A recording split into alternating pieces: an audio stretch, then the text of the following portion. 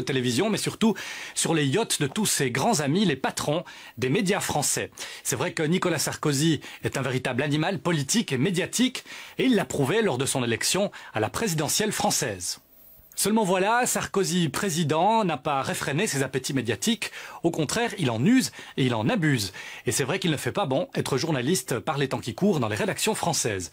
Mise à pied, sanctions, autocensure, le climat que fait régner l'omniprésident dans les rédactions vaut à la France un triste record européen.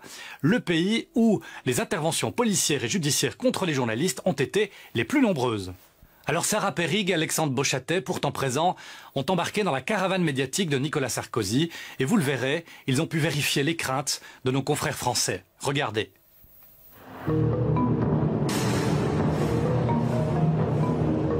Ce jour-là, nous décidons de nous rendre dans le temple de l'humour radiophonique. Dans ces fameux studios du Fou du Roi, cette émission quotidienne de France Inter où presque tous les dérapages sont permis. La liberté d'expression en est le maître mot. Ici, Nicolas Sarkozy en prend régulièrement pour son grade. Et oui Stéphane, j'avais oublié de vous prévenir. Bah oui. Je suis suivi par une équipe de la télévision suisse romande qui réalise un reportage sur les rapports compliqués du président Sarkozy avec les médias. Et vous savez ce qu'ils ont eu le culot de me demander? De faire une chronique hostile à Nicolas Sarkozy exprès pour leur venue. Elle est belle, la fameuse neutralité suisse. C'est pas votre genre en plus. Non, en plus, ces salopards ont osé me demander de dire du mal du président de tous les Français. Les arroseurs arrosés. Mais en réalité, les ch'tis suisses n'ont rien contre Nicolas Sarkozy. C'est aussi ça, la dérision sur France Inter. C'était Didier Porte. En tout cas, le ton est donné. La France entière connaît désormais le but de notre reportage.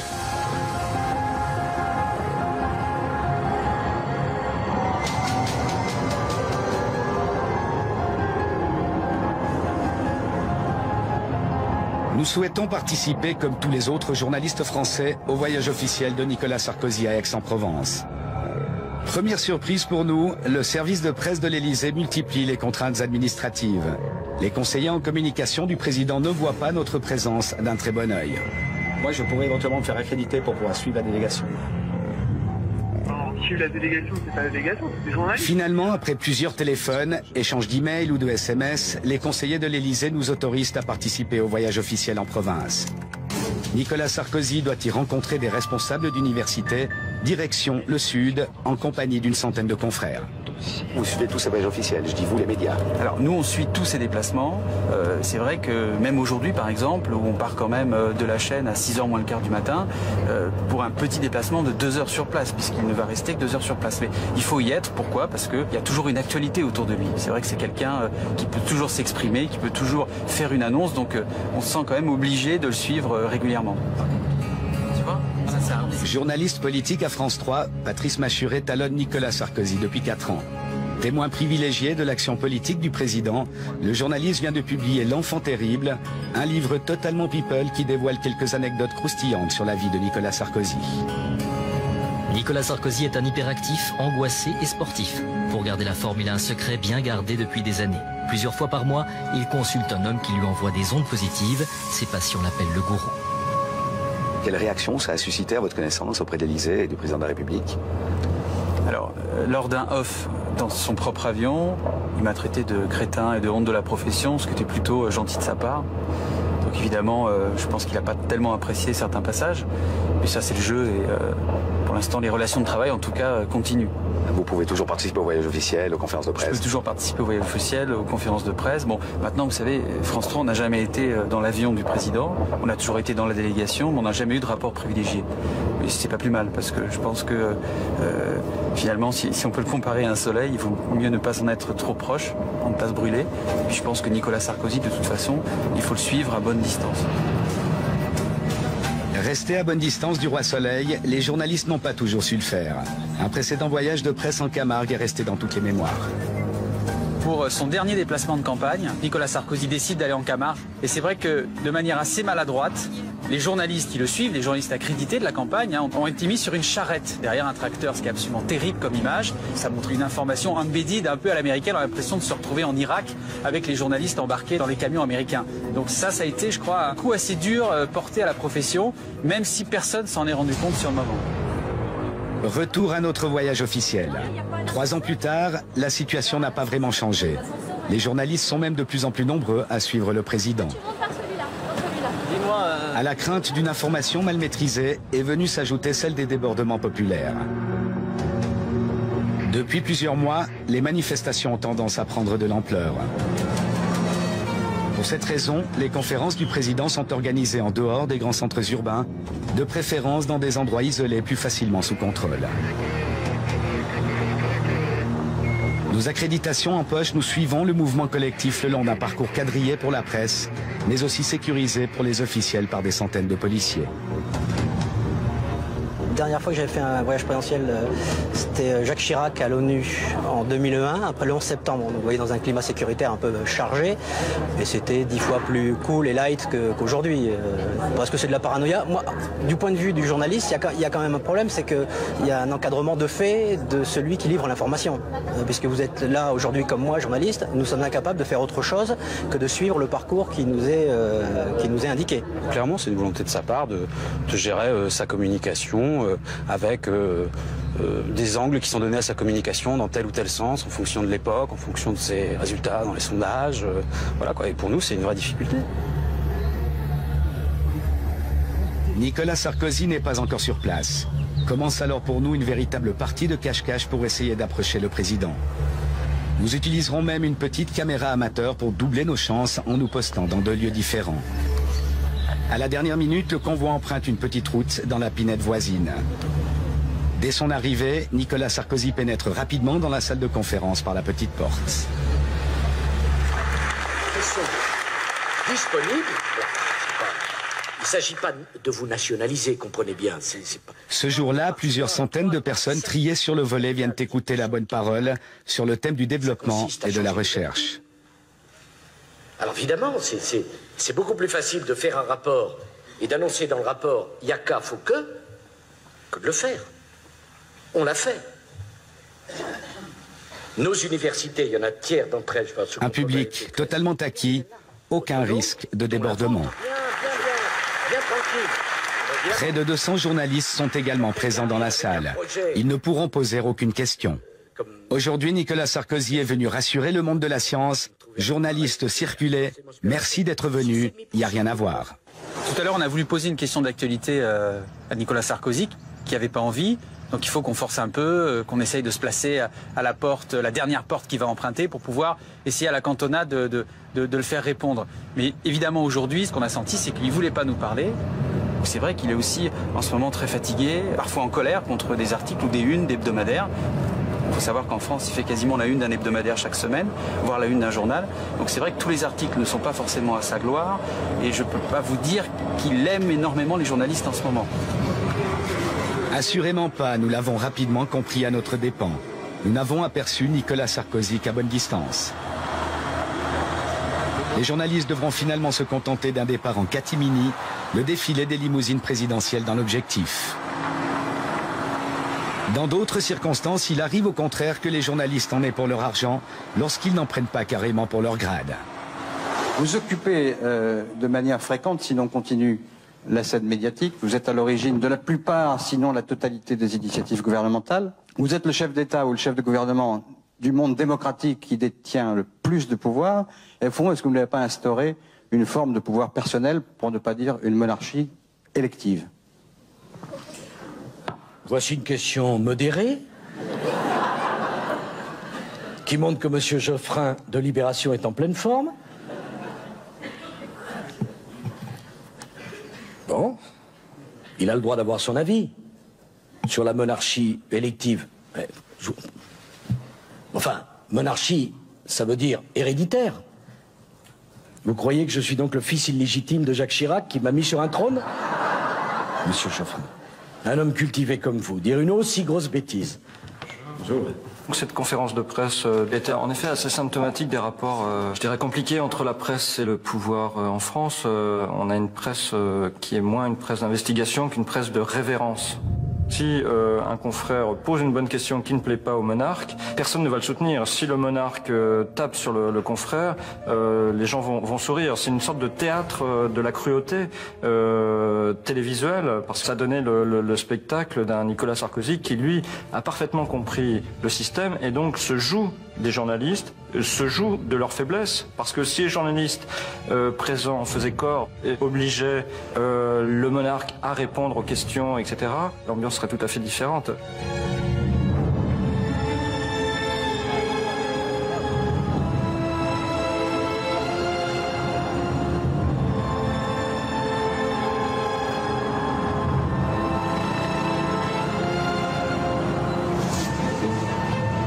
Selon le baromètre de l'Institut national de l'audiovisuel français, Nicolas Sarkozy bat tous les records d'antenne. Depuis son élection, le président est 3 fois plus présent sur les chaînes de télévision que ne l'étaient ses prédécesseurs. Le président Sarkozy, à la différence de Mitterrand et de Chirac, qui étaient des hommes qui avaient été élevés dans le verbe, dans les livres, mais pas du tout dans la télévision. Les deux, Mitterrand et Chirac, ont eu du mal à apprivoiser l'outil télévision. Lui, Sarkozy, il est tombé dedans, c'est-à-dire il a moins lu dans sa jeunesse ou dans son enfance que passer du temps à regarder les séries télévisées, à regarder les journaux télévisés. Et donc pour lui, l'accession au pouvoir, c'est l'accession à l'écran. C'est pour ça qu'il a aussi une admiration sans borne ou une attirance sans borne pour les stars, parce que lui-même rêvait d'être une star. Et sa façon à lui d'être une star, c'était pas de faire du cinéma ou de la chanson, c'était de faire de la politique. Et il est arrivé pour ce biais. Et souvent, il lui arrive de dire à des comédiens ou à des acteurs, on fait le même métier. C'est absolument extraordinaire, parce que pour lui, faire le métier de politique, c'est se montrer à la télévision, c'est jouer un rôle, c'est jouer la comédie. On peut imaginer que la politique, c'est tout autre chose que de jouer la comédie. Mais pour Sarkozy, c'est jouer la comédie.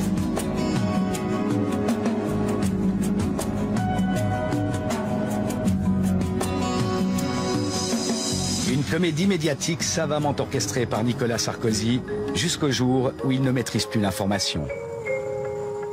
Le départ de Cécilia Sarkozy était connu du tout Paris, mais au nom de la protection de la personnalité, aucun média français n'osera briser la loi du silence. C'est finalement Le Matin qui ouvrira les feux. En aucun moment j'ai pensé qu'on serait les seuls. C'est juste le lendemain que je me suis rendu compte qu'on était le seul journal du monde qui parlait du départ de Cécilia. Alors j'ai pris peur, je me suis dit, oulala, est-ce qu'il nous a vendu une fausse information? Je lui ai tout de suite téléphoné et puis je lui ai dit, ouais, mais pourquoi les autres journaux n'en parlent pas, les télévisions, les radios, personne n'en parle? Il dit, mais tout le monde le sait, mais ils osent pas. Ils ont une peur bleue parce que c'est le futur président. On a appris par le Nouvel Observateur que Sarkozy et ses services de police ont quand même essayé à trouver qui était ce correspondant. Et ils ont eu une théorie du complot. Ils ont dit c'est Monsieur De Villepin, le Premier ministre de l'époque, qui nous aurait utilisé, qui aurait planté cette information en Suisse. Et ils ont inventé un très joli mot. Ils ont dit que c'était du blanchiment d'informations, c'est-à-dire on donne l'information à un journal suisse et tous les médias français pourront innocemment citer ce média suisse. La réplique présidentielle est immédiate. Les avocats de Nicolas Sarkozy déposent plainte à Thonon-les-Bains. Le journal sera condamné sur quelques points de détail, mais blanchi sur l'essentiel. Il avait bâti son ascension politique considérablement sur les rapports fusionnels, personnel mais aussi professionnel qu'il entretenait avec son épouse de l'époque, Cécilia Sarkozy, qu'il qualifiait de sa conseillère la plus proche et dont il précisait bien qu'elle entrerait avec lui à l'Élysée ou que son destin ne se réaliserait pas. Et le tribunal a mesuré que, ayant utilisé ce levier très fort de la médiatisation d'un couple politique, l'un des composants de ce couple politique ne pouvait pas être totalement à l'abri de l'attention de la presse. 3 ans après ce verdict, le correspondant du Matin travaille toujours sous pseudonyme. Il ne devrait surtout pas se trahir parce qu'il subirait des conséquences. On a vu avec d'autres journalistes ce qui s'est passé. Il ne va pas se faire tuer comme en Russie, mais il subit des conséquences... sociales ou économiques. Oui, j'en suis certain. Quelques semaines plus tard, Paris Match n'hésite pas à franchir une nouvelle étape. Le magazine publie à la une les premières photos de Cécilia Sarkozy, en compagnie de Richard Attias, son nouveau compagnon. Match est le magazine de l'image, de la photo, et les photos nous arrivaient. Cécilia et son ami ne se cachant pas, ils allaient se promener sur la Croisette, à Cannes, sur la Côte d'Azur, ils louaient une décapotable, et à Paris, les belles soirées d'été du mois de juillet et du mois d'août, ils allaient dans des restaurants très connus, et ils se mettaient plutôt en terrasse. Voilà. Et à un moment, la question se posait, quand allons-nous décider de publier? Et on a pris cette décision, donc à la fin août, parce que ces photos, toute une série de photos, avaient été achetées par le Times de Londres pour son édition du dimanche, le Sunday Times. Et quand nous l'avons appris, il nous a semblé que Match ne pouvait pas être à la traîne. Donc voilà.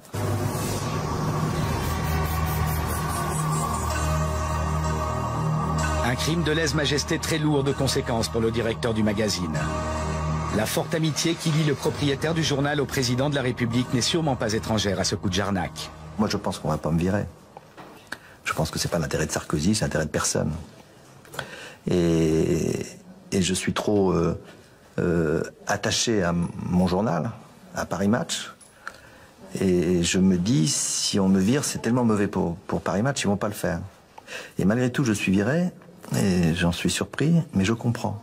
C'est-à-dire que le fait de m'avoir viré, d'être allé jusqu'au bout, d'avoir laissé croire que Sarkozy, m'expliquant que surtout il n'avait jamais demandé ma tête, mais le fait que ça arrive quand même, eh bien ça a contribué pour les autres à se dire « Ah, c'est possible ».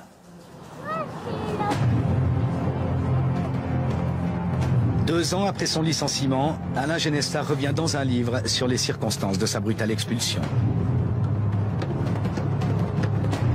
J'ai pu ressentir en parlant très brièvement au téléphone avec Nicolas Sarkozy la violence qui, s'abattant sur moi, s'était abattue sur Arnaud Lagardère. Et j'ai compris. La pression avait été trop forte. La question finale que je me pose moi-même, et si c'était à refaire, il ne reste plus que quelques lignes, on est à la fin du livre, la fanfaronnade, ça aurait été de dire bien sûr, je l'aurais refait. Bon. Et je préfère dire non, pour plusieurs raisons. La première, c'est on a parlé de violence dans cette interview, c'est très violent, et la violence, quand elle est exercée contre vous, ça fait mal. On n'a pas envie de se faire du mal. La seconde, c'est que c'est pas le Watergate, je vous explique dans le livre. Cette information, cette couverture de match, moi j'en ai rien à faire de cela. Je l'ai fait parce que j'étais directeur de match et qu'il fallait le faire comme directeur de match, mais c'est pas l'information que je préfère. Publier une photo de Cécilia Sarkozy et de son ami, ça m'intéresse pas. Observateur avisé, Daniel Schneiderman s'inquiète de l'influence grandissante exercée par Nicolas Sarkozy. Il est évident, si vous voulez, que ce qui est en train d'arriver en ce moment au président de Radio France, Jean-Paul Cluzel, dont le mandat arrive à renouvellement en mai, et qui va être viré, enfin qui va pas être renouvelé, pardon, va pas être renouvelé. Bon, pourquoi? Non pas parce que ses résultats sont mauvais, ses résultats sont excellents. Mais il ne va pas être renouvelé parce qu'il y a, à 8h-5, le matin, entre 8h-5 et 8h-2, il y a un humoriste dont le ton déplaît à monsieur Nicolas Sarkozy. Et pour ça, le PDG de Radio France ne va pas être renouvelé. Et il le dit. Et tout ça se passe au grand jour. France Inter. La chronique de Stéphane Guillon va déchaîner les passions. Détail plutôt cocasse, le sketch ce jour-là égratignait une figure politique socialiste. Dans quelques minutes, Dominique Strauss-Kahn va pénétrer dans ce studio. C'est la première fois qu'il revient en France depuis son aventure avec une jeune Hongroise à lunettes, Piros Kanadji, responsable de la photocopieuse OF&B. Le sketch de Stéphane Guillon devient emblématique quasiment de la liberté d'expression, alors que c'est plutôt un sketch pas très politique, où il se fout de la gueule du côté d'un trait de caractère de Dominique Strauss-Kahn. Quand on voit que Stéphane Guillon est évoqué directement dans des conversations à ce niveau-là, c'est à la fois cocasse, ça fout un peu les jetons, parce qu'on se dit que d'abord, est-ce qu'ils ont que ça à foutre de s'occuper d'humour en ce moment? Il y a quand même du boulot. Et puis malgré tout, c'est une forme de pression. Peut-être que c'est qu'un prétexte pour se débarrasser d'un patron et en mettre un autre à la place. Monsieur le Président, sauf votre respect, peut-on vraiment faire une bonne interview avec un ami? Écoutez Stéphane, je crois pas que nous soyons amis, vous et moi, loin de là. Vous m'interviewez, je vous réponds. On me dit, faut pas aller chez El Kabash, faut aller chez Domoran. Mais entre un ami qui vous invite à une discussion cordiale et un diplômé de sciences politiques mal dégrossi qui vous pose 15 fois la même question, sous prétexte qu'il n'a pas eu sa réponse, vous allez chez qui? Bah moi je suis comme tous les Français, au petit déjeuner, j'aime pas qu'on m'emmerde. Le problème de Sarkozy, c'est qu'il est très transgressif et donc il a contribué à désacraliser la fonction. Hein. C'est vrai que quand on interpelle un électeur de base en lui disant « casse-toi pauvre con », par rapport à la stature gaulienne de la présidence de la République en France, ça crée un choc. Et c'est vrai que pour nous, c'est finalement une voie ouverte à aller plus loin. On ne peut pas sanctionner la télévision. Après la radio, France Télévisions est à son tour dans la ligne de mire. Nicolas Sarkozy vient de supprimer la publicité des écrans et il possède les pleins pouvoirs pour désigner les futurs patrons des chaînes publiques. La star du 20h de France 2 craint désormais les rapports de force. Je pense que le pari de Nicolas Sarkozy de décider de nommer dorénavant les présidents de l'audiovisuel public, Radio France, France Télé, directement, même si c'est encadré par le Parlement, le CSA, etc., je pense que c'est un pari compliqué. Je ne dis pas qu'il veut en lui-même contrôler, qu'il a pour objectif de contrôler l'information, mais je dis que de fait, ce changement de statut aboutit forcément à mettre quelqu'un qui est redevable de quelque chose au pouvoir exécutif. C'était le système qui était pratiqué avant. Et donc avec ce risque de l'autocensure. Parce que le président de l'audiovisuel public a autorité sur le directeur de la rédaction qui a autorité sur les journalistes. Je dis c'est un risque. Oui, en France, on n'a jamais eu un président aussi près de la télévision et des responsables de la télévision. C'est un problème de génération. Et quand on regarde de plus près comment se sont construits ces réseaux, on s'aperçoit que ça a commencé très tôt, qu'il avait vraiment un dessein. Donc dès les années 80, dans la ville de Neuilly, où il était un tout jeune maire, il devait avoir 24 ou 25 ans, il a créé une association qui s'appelait Neuilly Communication. Et quand on regarde quels étaient les membres de cette association, ce sont les mêmes qui aujourd'hui ont les clés de l'ensemble de l'audiovisuel privé. Ce qu'il faut savoir, c'est que ce sont les mêmes qui sont aussi propriétaires de grandes entreprises, qui ont des relations très étroites avec l'État. Qu'il s'agisse de Lagardère, qui est aussi un marchand d'armes, et qu'il s'agisse de Bouygues, qui aujourd'hui est présent dans le nucléaire. Donc tout ça est quand même très inquiétant quant au pluralisme, quant au conflit d'intérêts, et donc quant à la démocratie. Madame, Monsieur, bonsoir. Monsieur le Président, bonsoir. Bonsoir, merci de m'avoir invité. Merci d'avoir accepté notre invitation. C'est la deuxième fois dans l'histoire de la Ve République qu'un président en exercice se rend dans les studios d'une chaîne de télévision. Ça prouve que j'apprécie France Télévisions en général et France 3 en particulier. Merci beaucoup. Il est clair que le chef de l'État aujourd'hui a un rapport avec la presse qui est beaucoup plus proche et beaucoup plus direct que que ça ne pouvait l'être avec ses prédécesseurs. Et peut-être qu'effectivement, ça incite à l'autocensure certains confrères. Bon, c'est vrai que on fait beaucoup plus attention, mais à la limite, peut-être qu'on fait mieux notre métier aussi en faisant attention. Lors de cette édition spéciale, Audrey Poulevard n'hésitera pas à insister sur une question à laquelle Nicolas Sarkozy ne voulait visiblement pas répondre. Je voudrais savoir combien de contrôles d'identité, combien d'arrestations, à combien d'arrestations il faut procéder pour pouvoir expulser 25 000 personnes par an. Pour arriver à ce chiffre. Est-ce que vous n'arrêtez pas 25 000 personnes que vous reconduisez? J'imagine que le nombre de personnes arrêtées ou contrôlées... C'est une curieuse façon de présenter les choses. C'est une question. C'est une question. C'est une question, quand même. Et par des questions, on peut présenter les choses. Vous me dites combien d'arrestations? Enfin, écoutez, madame... C'est une question qu'on se pose. Oui, mais moi, vous me dites, vous partez des arrestations. Je ne comprends pas. Combien de contrôles d'identité, combien de personnes arrêtées pour obtenir 25 000 mais expulsions? il ne s'agit pas d'obtenir. Quand on n'a pas de papier, madame, on n'a pas vocation à rester dans notre pays. Même quand on a un emploi, même quand on a des enfants scolarisés ou qu'on a des situations sanitaires critiques. Je comprends que ce sujet vous touche, il me touche beaucoup aussi, figurez-vous. En tant qu'être humain, oui. Peut-être plus que vous, puisque moi j'ai eu à le gérer. Vous le voyez en tant qu'être humain, je le suis également, un être humain. Hein? J'ai un cœur. Peut-être pas forcément le même que le vôtre, en tout cas il est à la même place, à gauche. Ça aurait pu déraper. Et moi j'étais dans une position où j'aurais pu en profiter pour prendre l'avantage à ce moment-là. J'ai préféré faire l'inverse, c'est-à-dire lui tendre une perche en lui disant oui, en tant qu'être humain, vous sous-entendez en tant qu'être humain et non évidemment en tant que femme noire, parce que voilà, moi j'estime que mon métier c'est pas de mettre en difficulté ou de prendre l'avantage sur un invité, c'est de le pousser dans ses retranchements pour qu'il donne le meilleur de lui-même. Le moins bon de lui-même, c'est au contraire dans les minutes qui ont précédé l'émission que Nicolas Sarkozy en fait une réelle démonstration. Le président avait été accueilli par 200 employés ulcérés par ses réformes sur l'audiovisuel. Le chef de l'État n'a pas du tout apprécié les « casse-toi pauvre con » ou encore « Plus belle la vie sans Sarkozy » lancés par les manifestants. Très remonté et contrarié, il s'est lâché pendant les préparatifs et les réglages sur le plateau de France 3. Enfin, quand on est invité, on a le droit que les gens vous disent bonjour quand même. Ou alors on n'est pas dans le service public. Comme c'est la règle dans toutes les chaînes de télévision, ces images n'auraient jamais dû être portées à la connaissance du public. Cette fois-ci, c'en est trop, le président voit rouge.